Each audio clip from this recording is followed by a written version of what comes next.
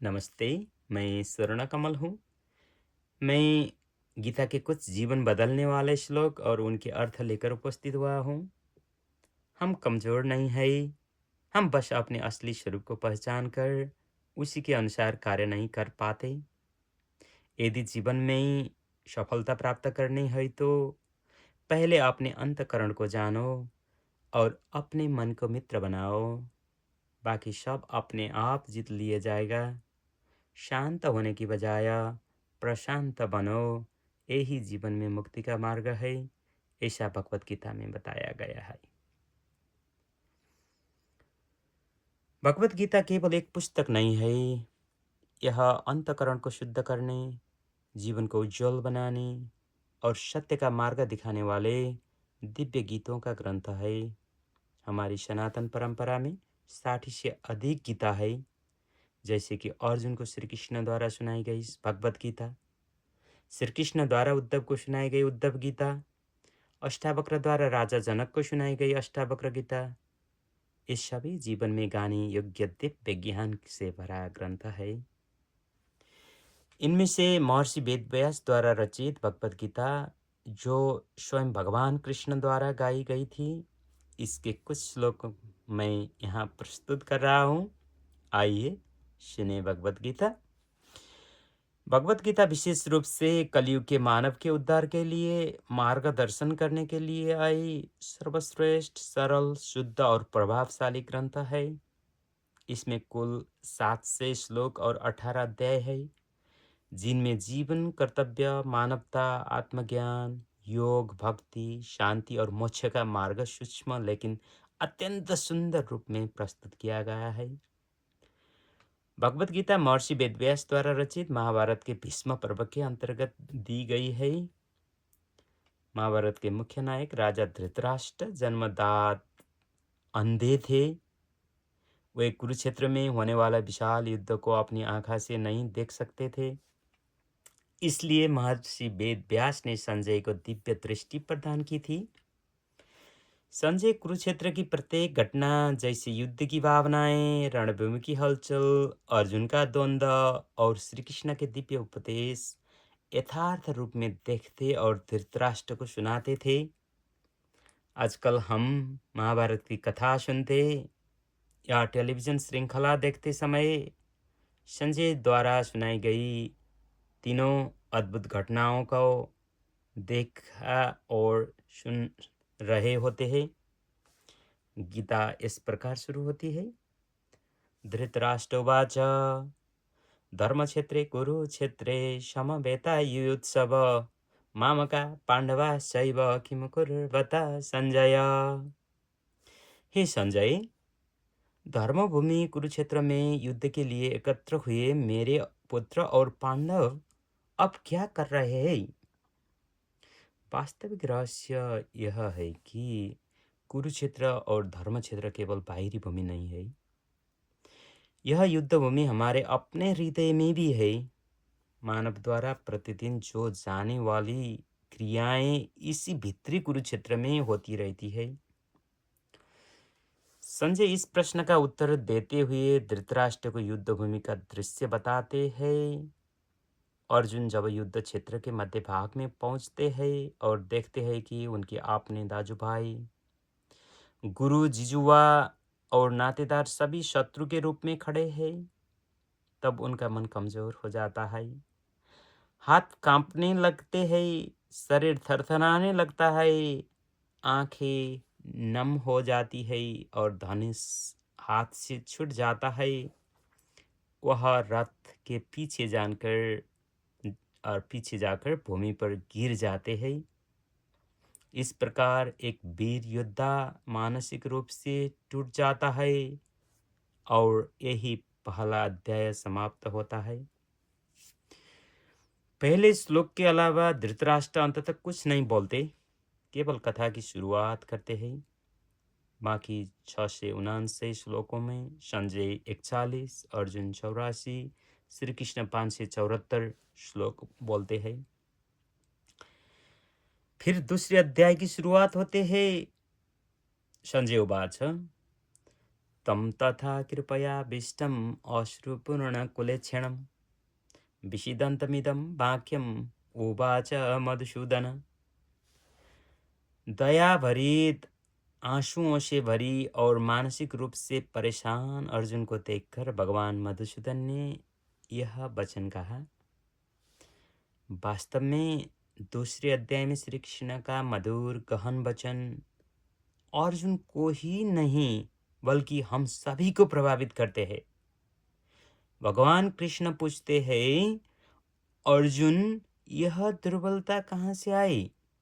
जो तुम कर रहे हो वह न तो सफलता का मार्ग है और न ही स्वर्ग का। यह कायरता छोड़ो और उठो। अर्जुन कहते हैं, गुरु पितृत्व बंधु बांधव को मारकर प्राप्त होने वाला राज्य तो क्या मैं जोगी बनकर भिक्षा मांगकर जीविकोपार्जन करूं? इस पर कृष्ण अर्जुन को आत्मा, कर्तव्य, कर्म, जीवन मरण, योग, ध्यान और स्थित प्रज्ञ का दिव्य दर्शन देते हैं। श्री कृष्ण उवाच मात्रा स्पर्शस्तु कौन्तेय शीतोष्ण सुख दुःखदा आगम्पायन अनित्यास्तां स्थितिच्छस्य भारत। इंद्रिय से उत्पन्न सुख दुख ठंडा गर्मी सभी अस्थायी है, इन्हें धैर्य पूर्वक सहो। वासांसि जीर्णानि तथा विहाय नवानि गृह्णाति नरोपराणि तथा शरीराणि विहाय जीर्णान्यन्यानि शम्याति नवानि देहि।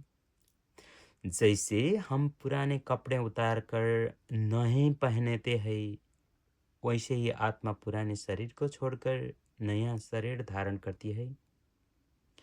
नैनं छिन्दन्ति शस्त्राणि नैनं दहति पावक न चैनं क्लेदन्त्यापो न शोषयति मारुत।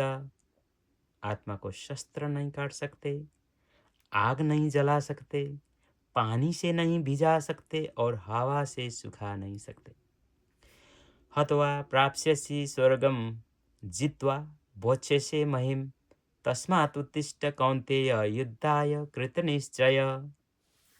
मृत्यु व विजय में चिंता मत करो, दृढ़ संकल्प के साथ युद्ध के लिए खड़े हो जाओ। सुख दुखे समय कृत्वा लाभ लाभौ जया जयौ ततो युद्धाय युज्यस्य नैवं पापम अवाप्स्यसि। सुख दुख और लाभ हानि में समान दृष्टि रखो, फिर युद्ध में लग जाओ, कोई पाप नहीं होगा। कर्मण्येवाधिकारस्ते मा फलेषु कदाचन मा कर्म फलहेतुर्भुर्मा ते संगस्त्व कर्मणि। तुम्हारा अधिकार केवल कर्म करने में है, इसके फल में नहीं। फल की इच्छा न रखो, कर्म करना न छोड़ो। योगस्थ कुरु कर्माणि संगम त्यक्त्वा धनंजय सिद्ध सिद्धो समो भूत्वा समत्वं योग उच्यते। योग में स्थित होकर कर्म करो, सफलता असफलता में समान भाव रखो, यही योग है। बुद्धियुक्तो जहातीय उभे सुकृत दुष्कृते तस्मात् योगाय युजस्व योग कर्मसु कौशलम। विवेक युक्त व्यक्ति अच्छे बुरे कर्म में के फल में आसक्ति नहीं रखता, यही कर्मयोग है। अर्जुनोवाच स्थित प्रज्ञस्य का भाषा समाधिस्थस्य केशव स्थितत् किं प्रभासेत किमासीत ब्रजेत किम। स्थित प्रज्ञा वाला व्यक्ति कैसे बोलता, कैसे बढ़ता, कैसे चलता। श्री कृष्णोवाच प्रजहाति यदा कामान् सर्वान् पार्थ मनोगतान् आत्मनेव आत्मना तुष्ट स्थित प्रज्ञस्तदुच्यते। जब व्यक्ति अपनी सभी इच्छाएं छोड़कर आत्मा में संतुष्ट होता है, उसे स्थित प्रज्ञ कहते हैं। दुखेषु अनुद्विग्न मना सुखेषु विगतस्प्रिय वीतराग भय क्रोध स्थितिर्मुनिरुच्यते।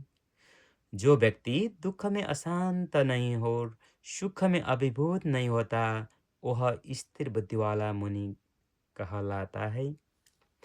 ध्यायतो विषयान् पुंस संगस्तेषुपजायते, संगत संजायते काम, कामत क्रोध विजायते। बार बार जिस विषय पर विचार किया जाता है उस पर आसक्ति उत्पन्न होती है।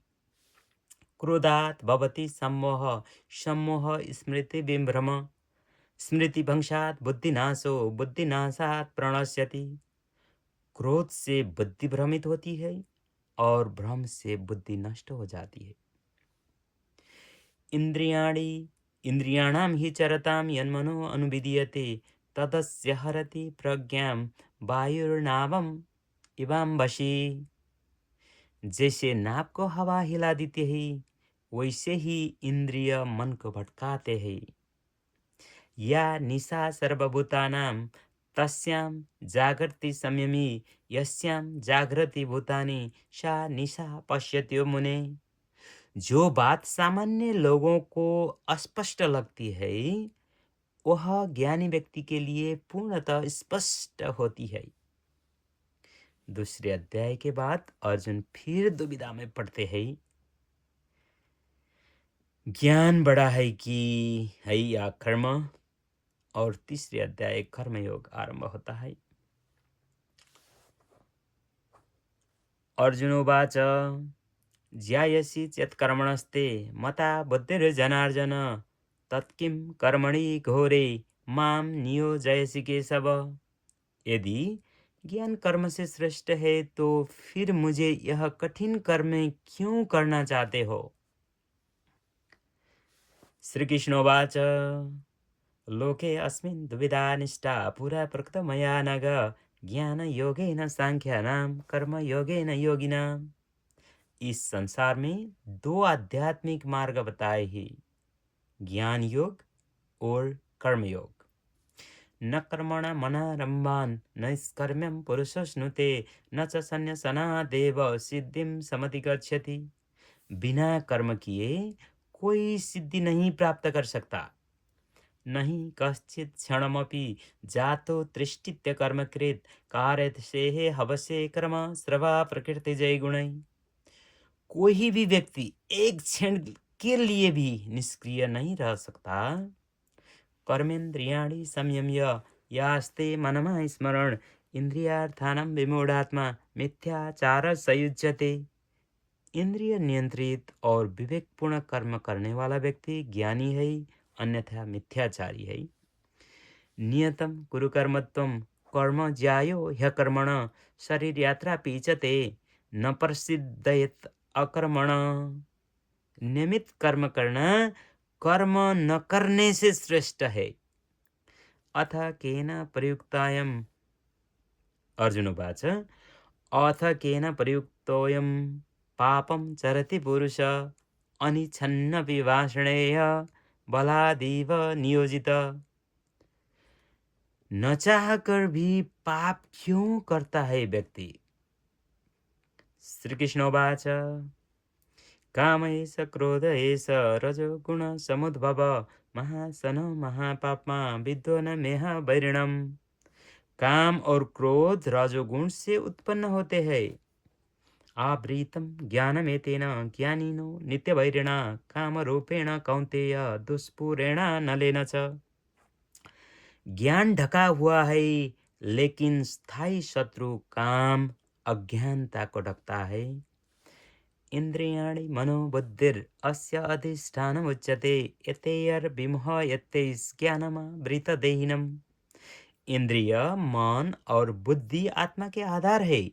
काम क्रोध इन्हें भ्रमित करते हैं। तस्मात् इंद्रियाणि आदौ नियम्य भरतर्षभ, पापमानं प्रजह्येनं ज्ञान विज्ञान नाशनम। पहले इंद्रिय नियंत्रित करो। इंद्रियाणि परन्यायो इंद्रियभ्य परम मना, मनसस्तु परा बुद्ध्यो यो बुद्धे परतस्तु स। इंद्रिय शरीर से ऊपर, मन इंद्रिय से ऊपर, बुद्धि मन से ऊपर और आत्मा सबसे ऊपर होते हैं। एवं बुद्धे परम बुद्ध्वा संस्थाप्यात्मनात्मना जय शत्रु महाबाहो काम रूपम दुरासदम। बुद्धि से आत्मा को जानकर काम रूप शत्रु को नष्ट करो। ज्ञानेन तु तद्ज्ञानम् येषां नाशितमात्मना तेषाम् आदित्यवज्ञानं प्रकाशयति तत्परम्। आत्मज्ञान से अज्ञान नष्ट होता है और ज्ञान की सूर्य के समान प्रकाश फैलाता है। जितात्मन प्रशान्तस्य परमात्मा समाहित शीतोष्ण सुख दुखेषु तथा मानपमानयो। जो अपने मन को जीत चुका है और शांत है, वह सभी परिस्थितियों में स्थिर रहता है। शमो दमस्तप शौचम क्षांतिर आर्जवमेव च ज्ञानम विज्ञानम आस्तिक्यम ब्रह्म कर्म स्वभावजम। 1842वां श्लोक। संयम, इंद्रिय नियंत्रण, तपस्या, शुद्धता, क्षमाशीलता, ईमानदारिता, ज्ञान, विज्ञान और आस्तिकता, ये सब ब्रह्म कर्म है। धन्यवाद।